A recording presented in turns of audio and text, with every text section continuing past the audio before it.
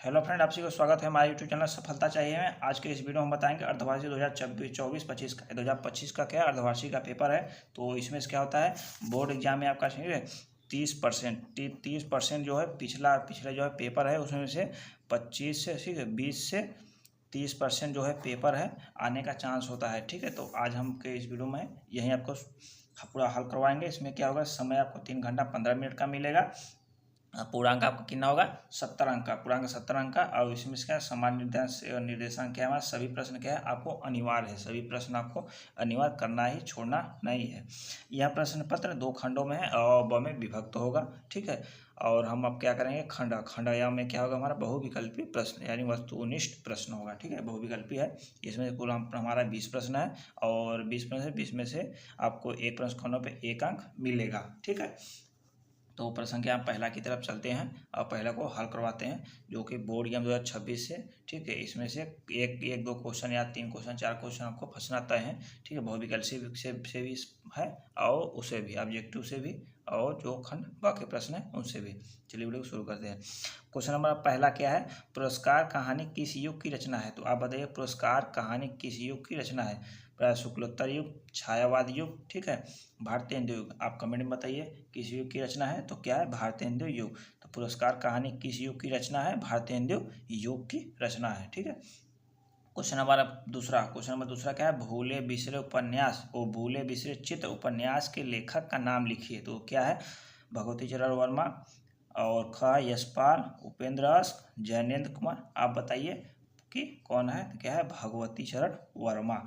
तो भूले बिसरे चित्र उपन्यास के लेखक का नाम क्या है, भगवती चरण वर्मा। हमारा क सही है। ठीक है, उसके बाद क्वेश्चन नंबर 3 क्या है, त्यागपत्र के रचनाकार का नाम लिखिए। तो त्यागपत्र के रचनाकार कौन है, यशपाल, जैनेन्द्र कुमार, राजेंद्र कुमार, इनमें से कोई नहीं। तो इसमें क्या प्रश्न नंबर 3 है, तो इसमें क्या है, ख जैनेन्द्र कुमार हमारे क्या है, त्यागपत्र के रचनाकार हैं। ठीक है, और क्वेश्चन नंबर 4 क्या है, वो कवि प्रिया किस काल की रचना है। तो कवि प्रिया बताइए किस काल की रचना है, भक्ति काल की, रीति काल के, और आधुनिक काल के, आदिकाल। तो हमारा क्या है, ख आधुनिक काल। ठीक है, आधुनिक काल। कवि प्रिया किस काल की रचना है, आधुनिक काल की। ठीक है, रीति सिद्ध काव्य धारा के कवि है। बताइए आपकी रीति सिद्ध काव्य धारा के कवि है केशवदास, बिहारी लाल, घनानंद देव। आप कमेंट में बताइए। ठीक है, कमेंट में बताइए कौन सा। तो इसमें क्या है, घनानंद क्या है, ऋषि सिद्ध काव्य धारा के कवि हैं। आधुनिक काल का नाम क्या है, अन्य नाम क्या है, पद्धकाल, लक्षणकाल, गद्धकाल, इनमें से कोई नहीं। पद्धकाल ये नहीं हो सकता है, लक्षणकाल ये भी नहीं हो सकता है, गद्धकाल तो ये भी नहीं हो सकता है। तो हमारा ख गद्धकाल, इनमें से कोई ये नहीं है। हमारा ख क्या है, गद्धकाल।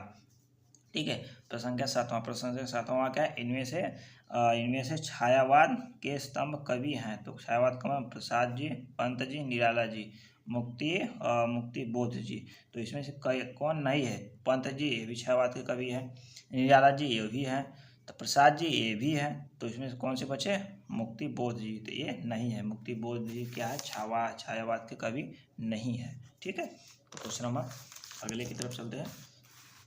क्वेश्चन नंबर अगला क्या है, 8वां, सामान्यवाद पर आधारित युग का नाम लिखिए। तो सामान्यवाद पर आधारित युग का नाम क्या है, भारतेंदु युग, प्रगति युग, प्रगतिवादी युग, द्विवेदी युग, प्रयोगवादी युग। तो इसमें से क्या है हमारा, क्वेश्चन नंबर 8 का वो कमेंट में बताइएगा। तो इसमें से क्या है, भारतेंदु युग ये नहीं हो सकता है, प्रयोगवादी युग ये भी नहीं हो सकता है, द्विवेदी युग है। तो क्या है, प्रगतिवादी युग हमारा क्या है, सामान्यवाद पर आधारित युग का नाम है। क्या है, प्रगतिवादी युग।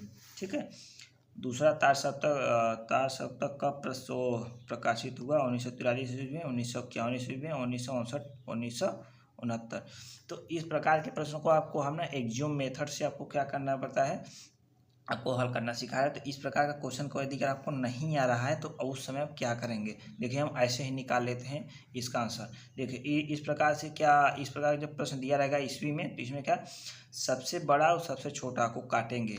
तो सबसे छोटा क्या है हमारा 1943 सबसे छोटा है, और सबसे इसमें देखिए बड़ा कौन सा है, 1979। तो आप सबसे बड़ा और सबसे छोटा काट दीजिए, यानी इसको काटिए और इसको काटिए। हमारा बीच में क्या कौन बचा, ग बचा ख बचा, तो ग और ख को हम लेंगे। तो अब हमारा ख और ग में से कोई ना कोई एक प्रश्न होता है उत्तर उसका। तो इनमें से हमारा क्या है 1951 हमारा सही एकदम राइट आंसर है। यानी इन दोनों में से आपको वही तुक्का मार रहे हैं तब उस समय यही काम देगा। सबसे छोटा सबसे बड़ा को छाटिए और दोनों में से यदि अगर ख और ग में से यदि अगर मान लीजिए यदि वो बचता है तो उसमें से ख हमारा राइट आंसर होता है। कभी कभी ग भी होता है, तो आप उस हिसाब से देख करके अपने लगा थे। यानी आपको 4 ऑप्शन दिया था, 4 ऑप्शन में से आपका 2 ऑप्शन निकल गया। आपको 2 ऑप्शन में से आपको मार सकते हैं, तो इसमें 50-50% हो जाए। ठीक है, 50-50% हो जाए सही होने का चांस। क्वेश्चन नंबर 10 हमारा क्या बोल रहा है, खेलत मनसी मीन जुग जनु बिंद और विधु मंडल डोल जनुपद किस अलंकार का वाचक है। तो बताइए उपमा उत्प्रेक्षा इनमें से कोई नहीं, तो ये क्या है रूपक। तो इसमें से खेलत मनसिज मीन जुग जनु विधु मंडल डोल, तो ये क्या है रूपक अलंकार। क्या है हमारा रूपक अलंकार, पहले से टिक लगा हुआ है। तो जिसका भी पेपर है वो सही किया है, उसका आंसर सही है। कोई प्रसंख्या 11, प्रसंख्या 11 क्या है, बीरस का स्थायी भाव। बीरस का स्थायी भाव क्या है, रति। ए भी नहीं हो सकता निर्वेद, ए भी नहीं शोक यानी है उत्साह या उत्साह। वीर रस का नहीं, वीर यानी महानता। महानता में क्या होता है उत्साह होता है, आपको उत्साह दिया जाता है। युद्ध को लड़ने से पहले आपको क्या होता है माने उत्साह दिया जाता है, प्रोत्साहन दिया जाता है, यानी उत्साह हो गया। क्वेश्चन नंबर 12, क्वेश्चन जिस छंद के चारों चरणों की मात्रा समान होती है उसे कहते हैं। तो इसे क्या कहते हैं, विषम छंद। कोई भी मात्रा समान न हो, अर्ध छंद, आधा समान हो, सम छंद। ये क्या हमारा सम छंद कहा जाता है। इनमें से कोई नहीं, ये तो नहीं हो सकता है। क्वेश्चन नंबर 13 में क्या है, अनाम में उपसर्ग है। तो अनाम में बताइए उसका अन अ, इनमें से कोई नहीं, तो हमारा क्या है उपसर्ग अ। क्या है अ। प्रश्न क्या हमारा 13 का उत्तर क्या है अ। ख क्या है अ। क्वेश्चन नंबर 14 क्या बोल रहा है इसमें, जिस समस्त पद में दोनों पद प्रधान यानी मुख्य होते हैं उसे कहते हैं। क्या कहते हैं, कर्मधारय, तत्पुरुष, बहुव्रीहि, द्वंद्व। तो इसका क्या है बहुव्रीहि, पहले से टिक लगाया, तो इसका टिक जो लगाया है उसका सही आंसर लगाया हुआ है। ठीक है, क्या है बहुव्रीहि समास। उसके बाद क्या है, कपड़ा पद का तत्सम पद है। कपड़ा पद का तत्सम पद क्या है बताइए, वस्त्र और दुकुल कार्पण वसन। आप बताइए, कपड़ा पद का तत्सम शब्द क्या है करपट। करपट यानी कपड़ा, तत्सम शब्द क्या है करपट। करपट यानी कपड़ा।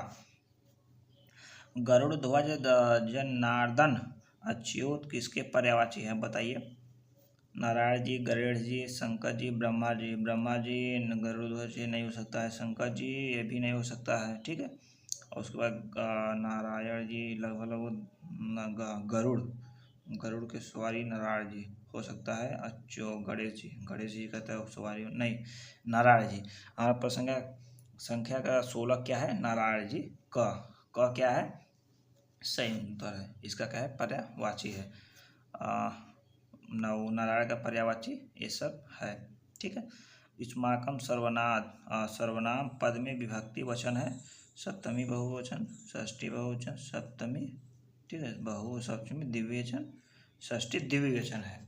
षष्ठी द्विवचन, उष्माकम कम आ रहा है, ये भी सही है। तो ये देखिए टिक लगा हुआ है, लेकिन ये भी सही लगा हुआ है। ठीक है, मेरे द्वारा लिखा जा रहा वाक्य क्या है, कर्तृवाच्य, कर्मवाच्य, भाववाच्य है। भाववाच्य 18 का भाववाच्य। ठीक है, अब क्वेश्चन नंबर हम 19 की तरफ चलते हैं। क्वेश्चन नंबर 19 क्या है कि निम्नलिखित में से अभिकारी पद है। तो निम्नलिखित में से अभिकारी राम, वह, अयोध्या, वहाँ। तो इसका वहाँ तो वहाँ होगा। तो क्या है हमारा निम्नलिखित अभिकारी पद क्या है वहाँ। तो इसका देखिए लगाया था अयोध्या, इसका गलत है। ठीक है, जो इसका गलत, और इसका क्या है वहाँ राइट आंसर है। क्वेश्चन नंबर 20 में है, जिस वाक्य में एक पद एक प्रधान उपवाक्य और अन्य आश्रित उपवाक्य हो उसे कहते हैं, क्या कहते हैं मिश्र वाक्य, संयुक्त वाक्य, सरलता वाक्य। तो इसमें क्या है संयुक्त वाक्य। तो इसका भी आंसर सही है, जो भी टिक लगाया हो इसका भी आंसर सही है, संयुक्त वाक्य बोलते हैं। अब क्वेश्चन खंड संख्या ब, तो खंड ब में क्या है, वर्णनात्मक प्रश्न।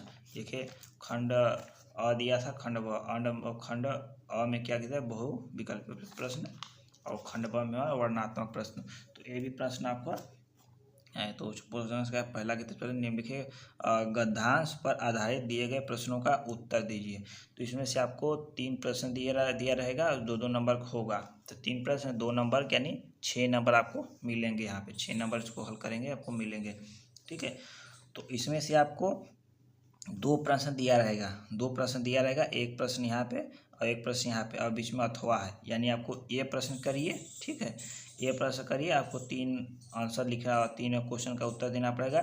संयोग गद्यांश का संदर्भ लिखना पड़ेगा, रेखांकन उसकी व्याख्या करना पड़ेगा, ममता कौन थी, उसकी क्या स्थिति थी, ठीक है। और उसके बाद हमारा आगे है अथवा में, अथवा इसे करिए, सॉरी इसे करिए। तो इसमें क्या है, प्रयोग गद्यांश के शीर्षक एवं लेखक का नाम लिखिए। तो आपको संदर्भ में जानते हो क्या लिखा है, और प्रस्तुत गद्यांश के शीर्षक बताना पड़ेगा, उसके लेखक का नाम, किस चैप्टर से लिया गया है, ये सब आपको लिखना पड़ेगा, और लेखक का नाम, ठीक है। प्रस्तुत आपको यहाँ पे लिखेंगे संदर्भ में, प्रस्तुत गद्यांश हमारे पाठ्य पुस्तक हिंदी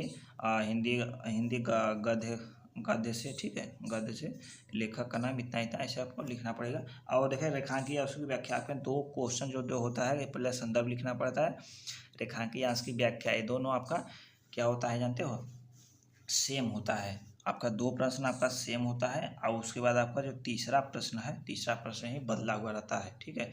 अब क्वेश्चन नंबर हम दूसरा चलते हैं। क्वेश्चन नंबर दूसरा क्या बोल रहा है, निम्नलिखित पदांश पर आधारित दिए गए प्रश्नों के उत्तर के। तो आपको इसमें क्या दिया, पदांश पर आधारित निम्नलिखित पदांश, इसमें भी आपको 2 क्वेश्चन दिया, 2 क्वेश्चन दिया रहेगा, अथवा करके अधिक 3 क्वेश्चन है, 3 में से आपको 2-2 नंबर का दिया रहेगा, 6 नंबर का ए भी है। इसमें से आपको 3 क्वेश्चन, इसमें से अथवा करके 2 क्वेश्चन दिया रहेगा, ठीक है। इसमें देखिए 2 क्वेश्चन इसमें भी दिया रहेगा अथवा करके। देखिए एक पहला ये है और दूसरा हमारा यहाँ है, या तो इसको करिए या तो इसको करिए। तो इसका 3 प्रश्नों का आंसर लिखिए, इसको करेंगे तो इसका भी 3 प्रश्नों का आंसर लिखेंगे, ठीक है। आपको 2 प्रश्न जो होता है जानते हैं, 2 प्रश्न आपको समान होता है, 2 प्रश्न आपका क्या होता है, समान होता है। जो तीसरा प्रश्न आप होता है यही बदला हुआ रहता है, ठीक है। देखिए यही प्रश्न आपका बदला हुआ रहता है, लेकिन तीसरा देखिए यहाँ पर संदर्भ की व्याख्या लिखिए, संदर्भ लिखिए, रेखांकन की व्याख्या लिखिए, रेखांकन की व्याख्या लिखिए। इसमें 2 प्रश्न समान होता है, तीसरा बदला रहता है, ठीक है। अब एक क्वेश्चन नंबर तीसरा की तरफ चलते हैं। क्वेश्चन नंबर तीसरा क्या है, निम्नलिखित संस्कृत गद्यांश का संदर्भ हिंदी में अनुवाद कीजिए। इसमें आपको 2 और प्लस 3, 3 2 5 नंबर आपको मिलेगा, ठीक है। इसमें भी 2 प्रश्न दिया है, अथवा करके दिया रहेगा। तीसरा दिए गए क्वेश्चन नंबर चौथा हमारा क्या बोल रहा है कि दिए गए संस्कृत प्रधान श्लोक का संदर्भ हिंदी में, संदर्भ सहित हिंदी में लिखिए। आपको क्या है, इसमें भी आपको संदर्भ लिखना पड़ेगा। अब ये संस्कृत से, खंड काव्य से लिया गया है, ठीक है, संस्कृत। अभी हमारे आपको लिखना पड़ेगा, दिए गए संस्कृत खंड काव्य से लिया गया है, इसका लेखक का नाम ये है, तो आपको संदर्भ लिख करके इसको हिंदी में लिखना पड़ेगा। इसका हिंदी अर्थ क्या होता है, या तो ये लिखिए या तो ये लिखिए। इसमें संदर्भ आपको अथवा दोनों से एक करना पड़ेगा, ठीक है। क्वेश्चन नंबर 5वां, क्वेश्चन नंबर 5वां हमारा क्या बोल रहा है कि अपने पठित खंड काव्य के आधार पर दिए गए प्रश्नों किसी एक प्रश्न का उत्तर। इसमें से देखिए आपको इतना प्रश्न दिया रहेगा, खंड ज तक, देखिए यहाँ पे ज तक दिया। इसमें आपको हमारा क्या है, तो हमारा यूपी बिहार झारखंड ये सब, झारखंड ये सब जगह पर क्या है, ज्योति जोहार खंड चलता है, ठीक है। अब ज्योति जोहार खंड का कथा वस्तु संक्षेप में लिखें, या तो आप कथा वस्तु संक्षेप में लिखेंगे, या तो क्या कि ज्योति जोहार खंड काव्य कवि सम्राट अशोक के, ठीक है, किन किन गुणों का वर्णन किया। या तो आप ये करेंगे या तो इनमें से दोनों से आपको एक ही करना है, ठीक है। एक आप करेंगे तो आप एक याद कर लीजिएगा, उसे आप पेपर में लिखिएगा। फिर हम आगे चलते हैं। क्वेश्चन नंबर 6, क्वेश्चन नंबर 6 हमारा क्या बोल रहा है, बोला दिए गए लेखकों में से किसी एक लेखक के जीवन परिचय देते हुए इनकी एक प्रमुख रचना का नाम लिखिए। जयशंकर प्रसाद, आचार्य रामचंद्र शुक्ल हो गया, डॉक्टर राजेंद्र प्रसाद। इसमें आपको एक बात हम बताना चाहेंगे, जैसे मान लीजिए आप जयशंकर प्रसाद जी का जीवन परिचय याद किए, ठीक है। इसमें तो जयशंकर प्रसाद जी का दिया गया है, यदि मान लीजिए आपके पेपर में 2026 के, ठीक है, 2026 के, ठीक है, 2026 के जो है बोर्ड एग्जाम में पेपर में यदि अगर मान लीजिए नहीं आया, जयशंकर प्रसाद का नहीं आया, तो आपके उसमें क्या करेंगे, ये नहीं कि आप इस प्रश्न को छोड़ देंगे, ऐसा बिल्कुल भी नहीं करेंगे। आपके पेपर में जिन जिन लेखकों का दिया गया है जीवन परिचय लिखने के लिए, उनका उनका आपको नहीं आ रहा है, जयशंकर प्रसाद का याद आ रहा है, ठीक है, याद किए हैं, और उसके बाद वो पेपर कापी में आपको नहीं आया। जब नहीं आया तो उसमें क्या करेंगे, आप लिखेंगे यहाँ जीवन परिचय, और उसके पहले लिखेंगे क्वेश्चन नंबर पर संख्या क्या है 6, ठीक है, और उसके बाद लिखेंगे जीवन परिचय। उसके बाद यहाँ पे डॉक्टर जयशंकर प्रसाद, अगर डॉक्टर राजेंद्र प्रसाद के याद किए राजेंद्र प्रसाद, या तो लिखिए जयशंकर प्रसाद। अब लिखना शुरू कीजिए, चाहे उस लेखक का आपका पेपर में आया है कि नहीं उसे कोई मतलब नहीं है, आपको लिखना बस शुरू कर देना है। उसमें दिया गया है तो नहीं दिया है उससे आपको कोई मतलब नहीं है, ठीक है। वहीं इसमें भी लगता है क्या बोला, निम्नलिखित कवियों में से किसी एक कवि का जीवन परिचय देते हुए प्रमुख एक रचनाकार के, अगर लेखक जीवन परिचय लिखेगा 3 नंबर और एक रचना लिख दोगे तो 3 2 5 नंबर आपको मिल जाएगा। इसमें भी वही काम है, जैसे मान लीजिए बिहारी लाल का याद कीजिए है, तो बिहारी लाल का इसमें दिया ही नहीं है, तो आप क्या करेंगे, बिहारी लाल हेडिंग डाल करके आप लिखना शुरू कर दें उनका जीवन परिचय और रचना। ये नहीं कि बिहारी लाल का आपके पेपर में नहीं आया तो अब हम छोड़ दें प्रश्नों को, हमको नहीं, कोई नहीं। आप बिहारी लाल का नहीं याद आ रहा है, नहीं आया है, लेकिन बिहारी लाल का आपको याद है तो आपको लिखिए उसमें। क्वेश्चन नंबर हमारा 7वां क्या है, अपनी पाठ्य पुस्तक में से कंठस्थ एक श्लोक को लिखिए जो इस प्रश्न पत्र में नया है। तो आप क्या कीजिए, आपके 2 श्लोक आप याद कीजिएगा, ठीक है, 2 श्लोक हमेशा याद कीजिएगा। तो आप मान लीजिए 1 श्लोक याद कीजिए, अब आ गया पेपर में आपको दे दिया गया है, तो ऐसा नहीं, आपको 2 श्लोक आपको याद करना ही पड़ेगा, तो अपने आसानी से। आप क्वेश्चन नंबर हमारा 8 क्या बोला है, अपने ग्राम या मोहल्ले की नालियों की समुचित स्वच्छता के लिए ग्राम प्रधान या नगर पालिका अध्यक्ष को पत्र लिखें। आपके इससे गांव में है, मोहल्ले में जो नाली है वही साफ सफाई के लिए या तो आप गांव प्रधान या तो नगर पालिका को लिखिए। यदि आप शहर से है तो नगर पालिका को अच्छी तरीके से समझते हैं, यदि अगर गाँव से है तो ग्राम प्रधान को अच्छी तरीके से समझते हैं। तो यदि आप शहर वाले हैं तो नगर पालिका पर लिखना, यदि गाँव वाले हैं तो गाँव प्रधान पे लिखना, जैसी आपकी सुविधा हो गई। या तो अपने बड़े भाई की शादी में सम्मिलित होने के लिए 3 दिन का अवकाश हेतु प्रधानाचार्य को प्रार्थना पत्र लिखिए। तो या तो प्रधानाचार्य को प्रार्थना पत्र लिखिए, अपने बड़े भाई की शादी में सम्मिलित हो रहे हैं 3 दिन के लिए, ठीक है। क्वेश्चन नंबर 9 क्या है, निम्नलिखित प्रश्नों में से किन्हीं 2 प्रश्नों पर संस्कृत भाषा में उत्तर लिखिए। तो आपको संस्कृत भाषा में उत्तर लिखना पड़ेगा। ये 3 यहाँ दिए, 3 यहाँ 2 यहाँ, 5 प्रश्न दिया गया है, 2 प्रश्न का उत्तर आपको संस्कृत में लिखना पड़ेगा, आप पढ़े होंगे, ठीक है। क्वेश्चन नंबर 10 क्या बोला है, निम्नलिखित विषयों में से किसी एक विषय पर निबंध, आपको इसमें से निबंध लिखने के लिए बोल रहा, तो आप निबंध लिखने क्या है, ये जो पूरा टॉपिक है हमारा भ्रष्टाचार है उसे रोकने के लिए उपाय समाधान, नारी शिक्षा का महत्व, वो संगति का महत्व, सत्संगति का महत्व, श्रम ही सफलता की कुंजी है, भारतीय किसान का जीवन। तो आप इन टॉपिक पर आपका 2026 में जो बोर्ड एग्जाम 2026 है इसमें से आ सकता है। तो आप क्या करेंगे, इसको जितना भी टॉपिक है इस पर आप एक बार निबंध लिख लीजिएगा अपने से, ठीक है, अपने से हेडिंग डालिए, देखिए आप वो अपना स्क्रीनशॉट मार के ले सकते हैं। तो आप क्या कीजिए, इसको लिखिए, आप इसको हेडिंग डालिए अपने पेपर कॉपी पे लिखने से पहले अपना रफ कॉपी पर एक बार इसे जरूर लिखिए, हेडिंग डालिए और रफ पे अपना 2 लाइन वो 2 पेज का 4 पेज का आप क्या करेंगे, यदि एक बार रिहर्सल करे रहेंगे निबंध लिख के तो उसमें क्या होगा, आप फंसेंगे नहीं, आसानी से लिखते चले जाएंगे, ठीक है। ये भी आपका 7 नंबर का है, ठीक है। तो हमने क्या किया, इस पेपर का आपको पूरा सोल्यूशन दे दिया है, बहुत भी पूरा सोल्यूशन दे दिया था। जो हमारा इसका है, इसका दिया सोल्यूशन देने लगेंगे वीडियो बहुत ज़्यादा लंबा चलेगा जाएगा, इसलिए आपको इसमें सिर्फ क्वेश्चन को हमने बताया है, ठीक है। और इसका बहुविकल्पी का पूरा सॉल्व करवाया है। तो चैनल पे नए हो, चैनल को सब्सक्राइब, वीडियो को लाइक किए, कमेंट में ये बताना कि आपको वीडियो कैसी लगी। थैंक यू, धन्यवाद। चैनल पे नए सब्सक्राइब प्लीज़ कर लेना, धन्यवाद।